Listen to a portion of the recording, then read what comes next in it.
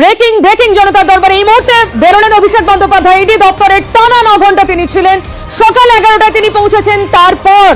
তারপর ইডি দপ্তরে টানা এতক্ষণ ছিলেন। কি কি প্রশ্ন করা হলো তাকে? এই প্রশ্ন স্বাভাবিকভাবেই সামনে আসছে।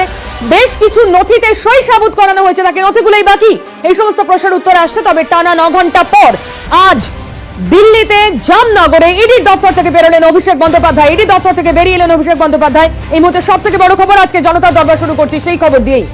অভিষেক বন্দ্যোপাধ্যায় বলেছেন তিনি সব প্রশ্নের উত্তর দিয়েছেন। অভিষেক বলেছেন তিনি পূর্ণ সহযোগিতা করবেন, আগেও যে প্রতিশ্রুতি দিয়েছিলেন এবং তিনি তা করেছেন। বেরিয়ে বললেন অভিষেক বন্দ্যোপাধ্যায়। ইডি দপ্তর থেকে বেরোলেন অভিষেক। কয়লাকাণ্ডে তাকে তলব করে ইডি। কয়লাকাণ্ডে তলব করা হয়েছে এবং তাকে দিল্লিতে ডেকে পাঠানো হয়। দিল্লিতে গিয়েই হাজিরা দিলেন অভিষেক বন্দ্যোপাধ্যায়। আরো একবার আপনাদের জানিয়ে দিই, জনতার দরবারে ব্রেকিং নিউজ। ইডি দপ্তর থেকে বেরোলেন টানা 9 ঘন্টা পরে অভিষেক বন্দ্যোপাধ্যায়। 9 ঘন্টা টানা জিজ্ঞাসাবাদ করা হয়েছে তাকে। তবে অভিষেক বলেছেন যা যা জানতে চাওয়া হয়েছে তিনি সব উত্তর দিয়েছেন। অভিষেক ইডি দপ্তর থেকে বেরিয়ে বলেছেন তিনি পূর্ণ সহযোগিতা করেছেন। অভিষেক বন্দ্যোপাধ্যায় বলছেন কলকাতার মামলা দিল্লিতে ডেকে জিজ্ঞাসাবাদ কেন, তবুও তিনি সহযোগিতা করেছেন। তিনি দিল্লিতে গিয়েছেন। তিনি দিল্লিতে যখন তলব করা হয়েছে দিল্লিতেই গিয়েছেন। তিনি সহযোগিতা করেছেন, সহযোগিতা করবেন। সব প্রশ্নের উত্তর দিয়েছেন অভিষেক বন্দ্যোপাধ্যায়।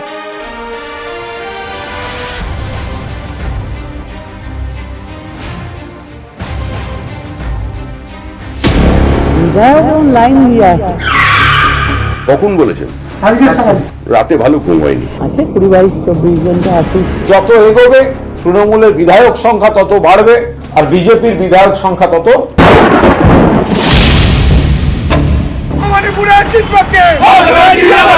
আদালতে যাবো, উকিলের সঙ্গে কথাবার্তা বলছি, যদি প্রয়োজন হয় যাবো। বিজেপির কোথাও কেউ একথা বলেনি যে আমরা আইনি সহায়তা নিচ্ছি। আমাদের দলের জন্য এটা খুব দুর্ভাগ্যের কারণ। সব শেষে দিল্লির অনুমতি, দিল্লির স্যাংশন, দিল্লির স্বীকৃতি দরকার। শূন্যের উপর দাঁড়িয়ে মানে তারা প্রার্থী দিলেন কি না দিলেন। বিজেপি ডেডিকেটেডলি করি, আগুনে ঝাঁপ দিতে বললো রেডি আছে। একবার তো হারিয়েছি, আর কতবার লড়বে? অন্য কেউ হারাবে। প্রলাপের উপর এখনো তো জিএসটি বসেনি দেশে। मैं कोई भी इन्वेस्टिगेशन फेस करने के लिए तैयार हूँ। भाई वो अपना काम कर रहे हैं, हम यहाँ पे आए। আদালতের অনুমতি ছাড়া শুভেন্দু বাবুকে অ্যারেস্ট করা যাবে না। এটা হচ্ছে বাঘ আর বাঘছাল পড়া বেড়ালের যে পার্থক্য, তার প্রকৃষ্ট উদাহরণ।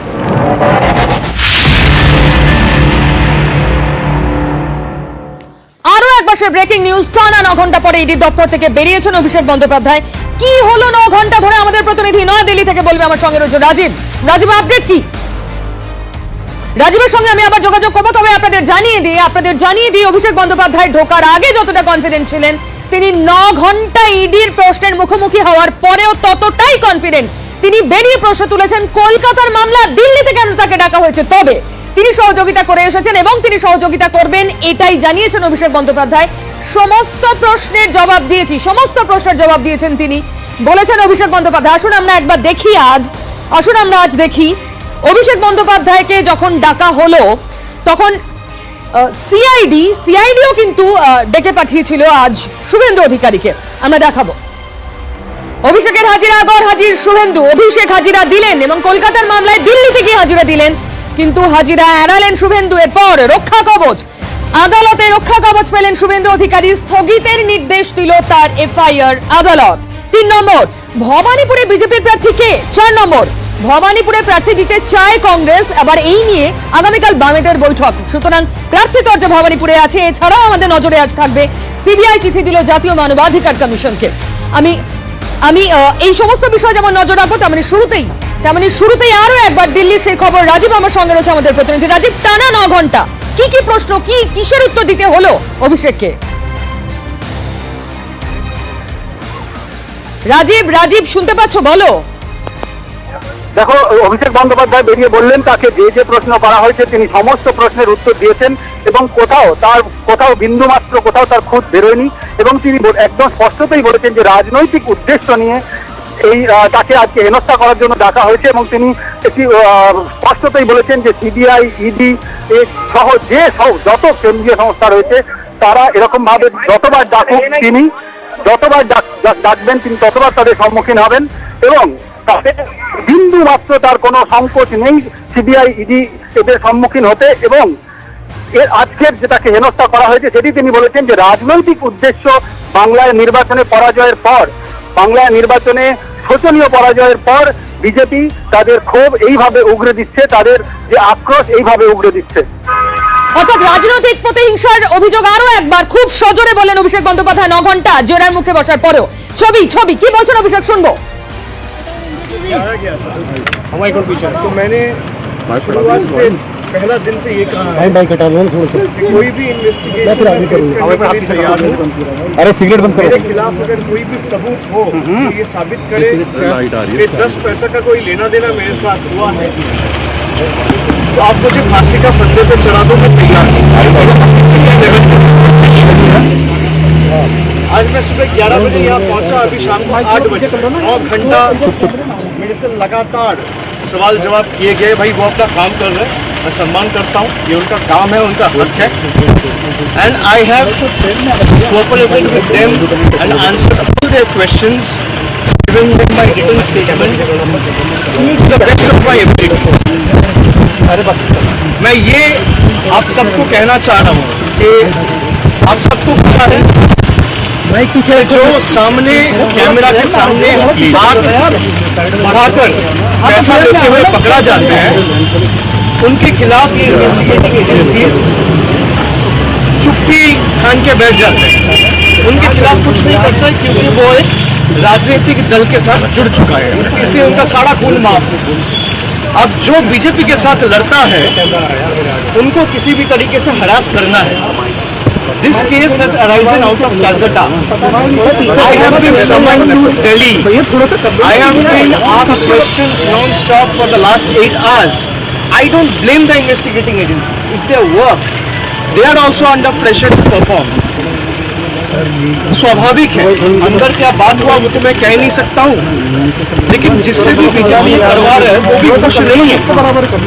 मैं ये पहला दिन से आपके खिलाफ मेरे खिलाफ अगर कोई सबूत है आप उसको पब्लिक सार्वजनिक जीवन में लाइए, आप उसको पब्लिक डोमेन में लाइए।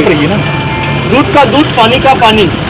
पर बीजेपी को अगर लगता है इससे तृणमूल डर जाएगी, तृणमूल झुक जाएगी, तृणमूल हार मान लेगी, दूसरे राजनीतिक दलों की तरह, कांग्रेस की तरह, मैं स्पेसिफिकली कह रहा हूँ, कोई और राजनीतिक दल की तरह घर में बैठ जाएगी, भाई हम और जोर जबरदस्ती के साथ आपके खिलाफ लड़ाई करेंगे और हम वो हर राज्य में जाएंगे जहां आप लोकतंत्र का हत्या किया। आपको जो उखाड़ना है आप उखाड़ लो। BJP's tyranny will be defeated. Let BJP put all its might, vigor, threat, resources. Mind my words. Their resources is going to fall flat. आपको जो करना है कर लो। तृणमूल कांग्रेस आने वाले चुनाव में बीजेपी को हराएगी। Forget about any other political party. हम जिंदगी दे देंगे, जिंदगी दांव पे लगा देंगे, पर सर नहीं झुकाएंगे। We will not sell our spine to these autocrats, to these cowards who can't defeat us politically.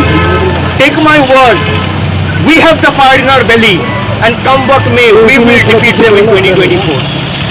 आपको जो उपाय अपनाना है आप अपना लो।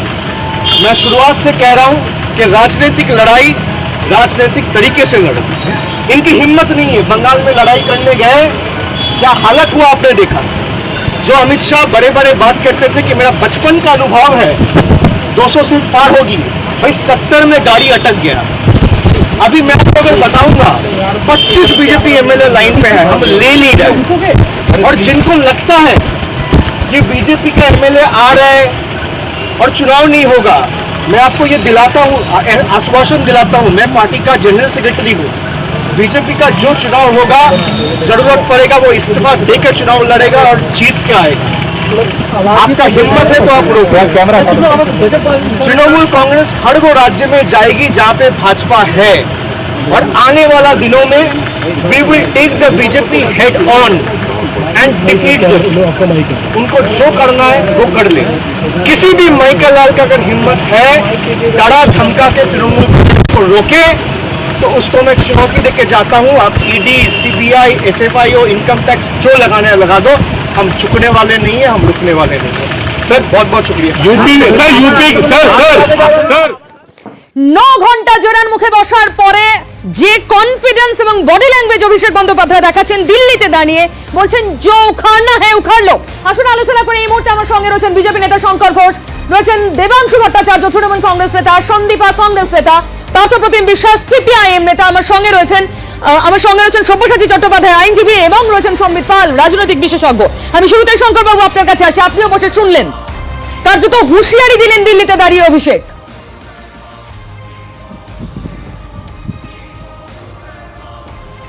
কাকে এমনভাবে কথা বললেন মনে হলো যেন স্বাধীনতা সংগ্রামে নিয়োজিত এক সৈনিক তিনি সাংবাদিকদের মুখোমুখি হচ্ছে।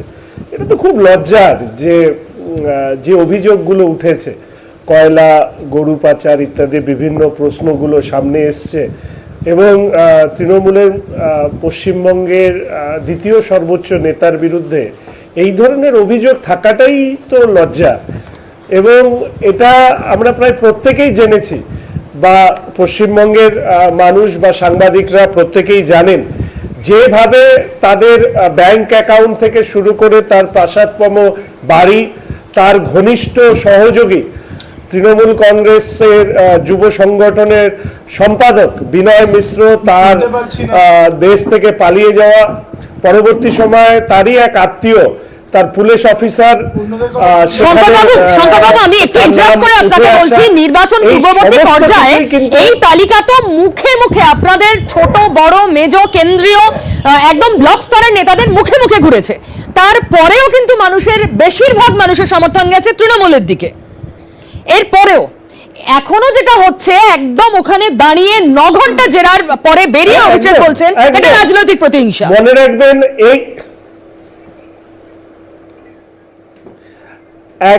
আমি যে কথাটা বলতে চাইছিলাম যে নির্বাচনের জয় পরাজয় ভোটদানের উপর সত্য আর অসত্য এটা নির্ভর করে না। একটি নির্বাচন হয়েছে, সেখানে মানুষের সমর্থন পেয়েছেন বলেই এটা প্রমাণিত হয় না যে কয়লা, গরু, বালি পাচারের মতন বিভিন্ন অভিযোগ, সেই অভিযোগ থেকে মুক্ত হয়ে গেছেন। ফলে স্বাভাবিকভাবেই এই দুটোকে একসাথে দাঁড় করিয়ে দেওয়া, সামগ্রিকভাবে বিচার ব্যবস্থার প্রতি প্রশ্ন তুলে দেওয়া, তাহলে কি নির্বাচন ঠিক করে দেবে কোনটা সত্য আর কোনটা অসত্য? বেশ, আপনি বড় প্রশ্ন তুলেছেন দেবাংশু, আমি আসবো শঙ্কর বাবু, প্লিজ দেবাংশু। সঙ্গী সাথীরা, প্রথম কথা হচ্ছে, উনি যে কথাগুলো বললেন, প্রথমেই শঙ্করবাবুকে অভিনন্দন জানাই প্রশ্নটা তোলার জন্য, যে তৃণমূলের দ্বিতীয় সবচেয়ে বড় নেতা, তার বিরুদ্ধে এরকম অভিযোগ থাকাটাই তো দুঃখের। আমি শঙ্করবাবুকে মনে করিয়ে দেবো, তার জন্য তো দলটা নতুন, তিনি সম্ভবত জানেন না, কারণ তিনি বাম থেকে এসেছেন বিজেপিতে। ওনার দল, বর্তমান দল বিজেপির যে দুজন বড় বড় নেতা, তার মধ্যে সবচেয়ে বড় নেতার বিরুদ্ধে একটা রাজ্যে দাঙ্গায় হাতে রক্ত লেগে থাকার অভিযোগ ছিল, কোট আনকোট অভিযোগ, এবং দ্বিতীয় যিনি সবচেয়ে বড় নেতা, যিনি রাজ্যে এসে 200 আসনের কথা বলে গিয়েছিলেন, তিনি জেলের ভাত পর্যন্ত খেয়ে এসছেন। কতদিন জেলে ছিলেন তালিকাটা তার থেকে নিয়ে নেবেন, এবং সেই দলটা আপনি গর্ব করে এখন করছেন, এবং তার এমএলএ। যাই হোক, আমি সেসব জায়গায় যেতে চাইছি না। যে জায়গাটা মূল বক্তব্য, সেই জায়গাটা হচ্ছে অভিষেক বন্দ্যোপাধ্যায়কে ডেকে 9 ঘন্টা ধরে, আমার তো দেখে মনে হলো এটা একটা মানসিক নির্যাতনের চেষ্টা চলেছে। কিন্তু অভিষেক বন্দ্যোপাধ্যায় বা আমরা যারা মমতা বন্দ্যোপাধ্যায়ের দল করি, তাদের মানসিক শক্তি অতটা ঠুনকো নয় যেখানে ভেঙে দেওয়া সম্ভবপর হবে, বা অন্য রাজনৈতিক দলের মতো নয় যাদেরকে মানসিক চাপ দিয়ে, মানসিক নির্যাতন করিয়ে, আপনি ঘন্টার পর ঘন্টা জেরা করিয়ে আপনি ভাববেন তাদেরকে নরম করাতে পারবেন আপনার প্রতি। বরং তৃণমূল কংগ্রেস হচ্ছে সেই লোহা, যাকে যত গরম করবেন সেই লোহা তত। অভিষেকও কার্যত তাই বলেছেন, এবং